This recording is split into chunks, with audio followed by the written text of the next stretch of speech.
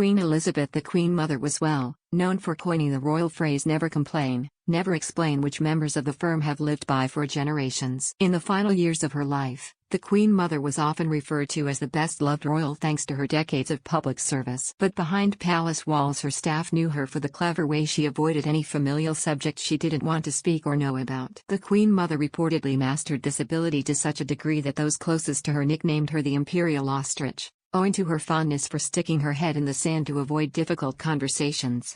As a result, one well-placed royal expert explained what the royal would think of the rift between the firm and the Duke and Duchess of Sussex.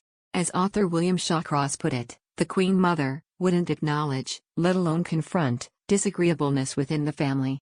And royal expert Hugo Vickers, who wrote the late royal's biography, says she would have been so disappointed with the actions of her great-grandson and his wife. He told The Sun, "I think the Queen Mother would have been absolutely horrified in regards to Meghan and Harry's interview with Oprah. Fundamentally, a lot of things that were said in there that were not true and very easy to disprove.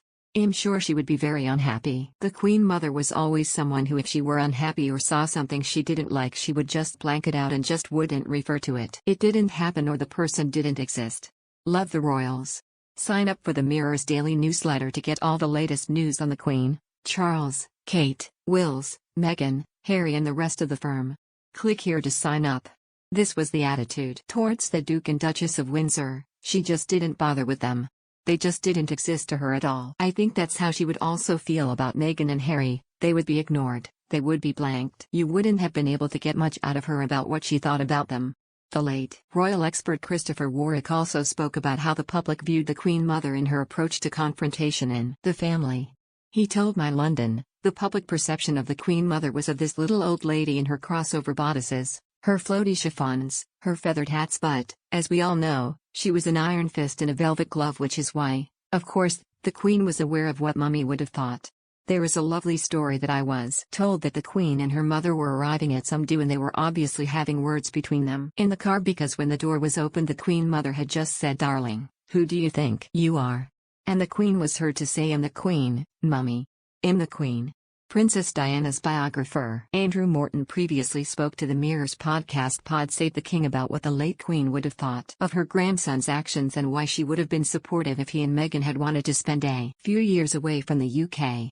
He said, they were thinking about living in New Zealand and they even spoke to the Prime Minister of New Zealand about this, so they had all kinds of plots and thoughts for their future. It didn't work out because when it actually comes down to it, Prince Harry is cursed with charisma but hates being a prince, and I think that he saw Meghan as a way out. They didn't have to leave the royal family in the way that they did, but they did. The author continued, back in the late 1940s after they married, the Queen and Prince Philip lived in Malta for a while as he was pursuing his career in the Royal Navy, and many thought he would end up as First Lord of the Admiralty as he was such a star.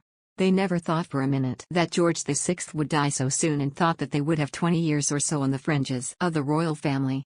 So the Queen has always been very understanding of anybody who wants to step back for a few years and just enjoy family life because you're a long time being a royal.